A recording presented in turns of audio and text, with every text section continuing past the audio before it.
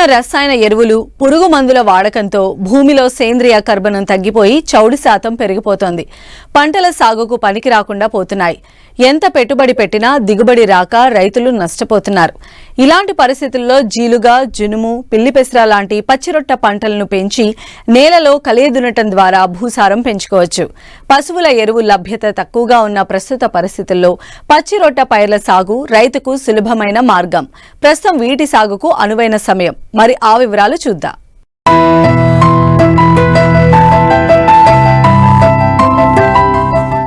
వ్యవసాయంలో రైతు పూర్తిగా రసాయన ఎరువులపైనే ఆధారపడటం వల్ల సాగులో అనేక సమస్యలు ఎదుర్కోవాల్సి వస్తోంది. సేంద్రియ ఎరువులు వాడకపోవడం వల్ల భూసారం తగ్గి దిగుబడులు గణనీయంగా పడిపోతున్నాయి. పెట్టుబడి భారం పెరుగుతోంది. ఈ సమస్యలను అధిగమించడానికి ప్రత్యామ్నాయంగా పచ్చిరొట్ట ఎరువులను ఋతుపవనాల ఆరంభంలో వేసుకోవాలి. అవకాశాన్ని బట్టి మే నెలలో ఈ పైర్లను వేసుకుంటే భూసారాన్ని పెంచుకునే వీలుంది. అంతేకాకుండా వర్షాకాలంలో భూమి కోతకు గురికాకుండా అరికట్టవచ్చు.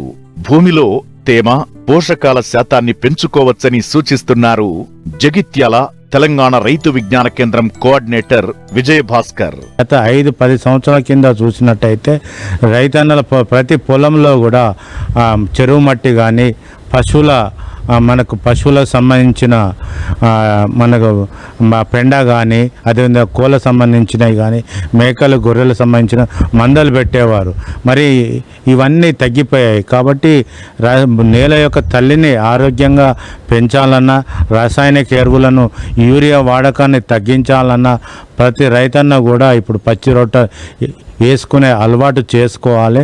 పెసరను వేసుకున్నట్టయితే సుమారు అంటే 35 రోజుల నుంచి 40 రోజులలో పూత దశలో వచ్చినప్పుడు ఈ పంటను 1 ఎకరానికి 8 కిలోల వరకు అవసరం పడుతుంది.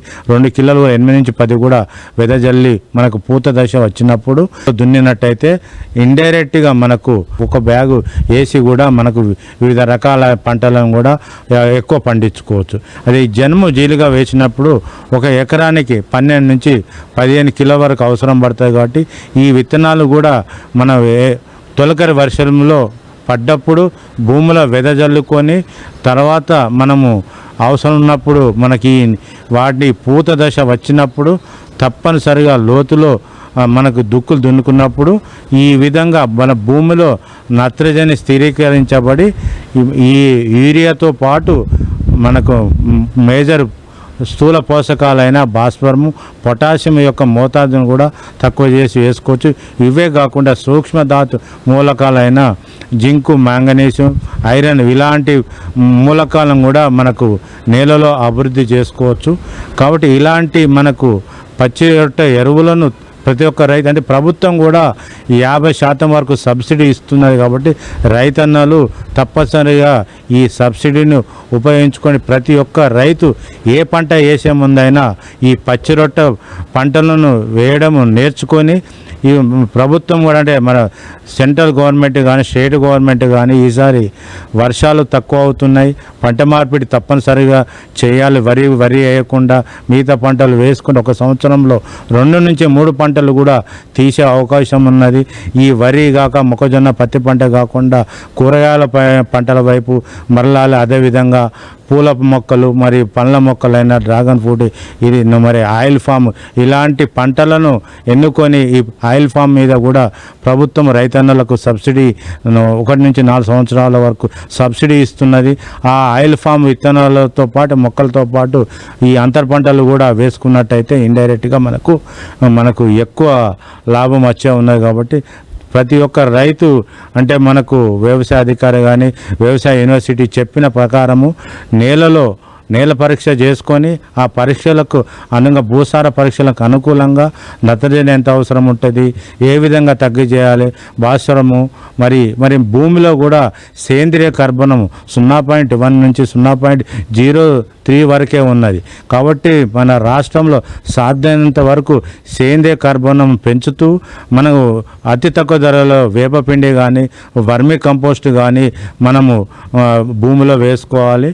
ఇదే విధంగా కాకుండా మనకు అతి తక్కువ ధరలు దొరికిన టైకోడర్మా కానీ ఇలాంటి మందుల పిఎస్బి కానీ పొటాషియం సాల్బరిలు ఇలాంటి వాటి కూడా మనము రైజోబియం కల్చర్ కూడా విత్తనాలు పట్టించి వేసుకున్నట్టయితే ఇండైరెక్ట్గా ఈ పచ్చి రొట్టెతో పాటు మనకు ఎక్కువ ఇంకొకటి ముఖ్యమైన గత 5 సంవత్సరాల నుంచి 10 సంవత్సరాల భూమిలో వానపాములు కూడా ఉండేది. ఈ వానపాముల యొక్క ఉధృతి కూడా తక్కువ అయిపోతున్నది. ఈ వానపాముల ఉధృతిని పెంచుకోవాలంటే మనం తప్పనిసరిగా ఈ రసాయనిక ఎరువులను తగ్గించి పచ్చి రొట్టెలు వేయడమే ముఖ్య ఉద్దేశం. పచ్చిరొట్ట ఎరువులు వేసిన తరువాత నేలలో వేసి కలియదున్నడానికి సుమారు 45 రోజుల వ్యవధి కావాలి. ఏపుగా పెరిగిన ఎక్కువ పచ్చిరొట్ట ఇవ్వాలంటే తేమ అవసరమవుతుంది. వీటిని రైతులు సకాలంలో పొలంలో సాగు చేసి కలియదున్నడంతో ఎరువులపై పెట్టే ఖర్చులు తగ్గడమే కాకుండా అధిక దిగుబడులను పొందవచ్చు.